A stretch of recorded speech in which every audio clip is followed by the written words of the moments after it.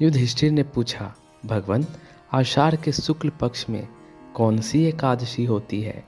उसका नाम और विधि क्या है? यह बतलाने की कृपा करें।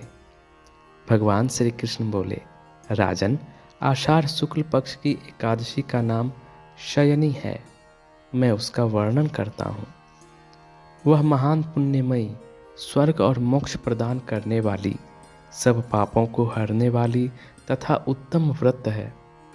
आषाढ़ शुक्ल पक्ष में शयनी एकादशी के दिन जिन्होंने कमल पुष्प से कमल लोचन भगवान विष्णु का पूजन तथा एकादशी का उत्तम व्रत किया है, उन्होंने तीनों लोकों और तीनों सनातन देवताओं का पूजन कर लिया। हरिशयनी एकादशी के दिन मेरा एक स्वरूप राजा बलि के यहाँ रहता है और दूसरा क्षीर सागर में शेषनाग की शैया पर तब तक शयन करता है जब तक आगामी कार्तिक की एकादशी नहीं आ जाती। अतः आषाढ़ शुक्ल पक्ष की एकादशी से लेकर कार्तिक शुक्ल पक्ष की एकादशी तक मनुष्य को भली भांति धर्म का आचरण करना चाहिए। जो मनुष्य इस व्रत का अनुष्ठान करता है वह परम गति को प्राप्त होता है।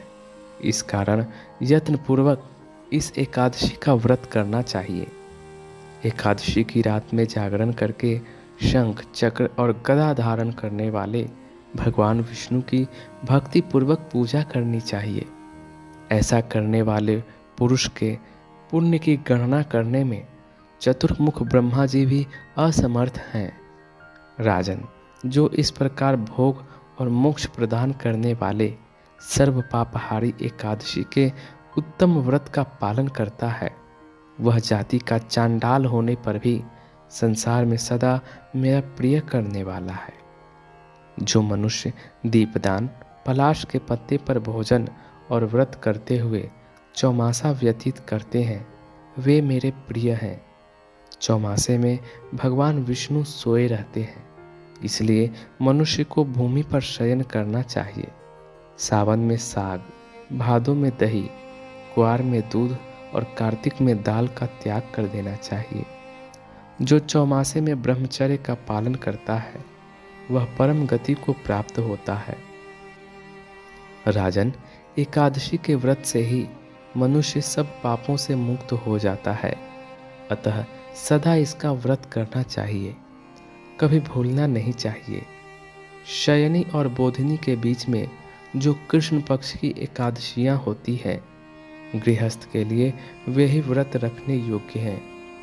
अन्य मासों की कृष्ण पक्षीय एकादशी गृहस्थ के रखने योग्य नहीं होती। शुक्ल पक्ष की सभी एकादशी करनी चाहिए। दोस्तों, आपको शयनी एकादशी की महिमा अच्छी लगी हो तो हमारे वीडियो को लाइक कीजिए और कमेंट में अपने शुभ विचार जरूर प्रकट कीजिए।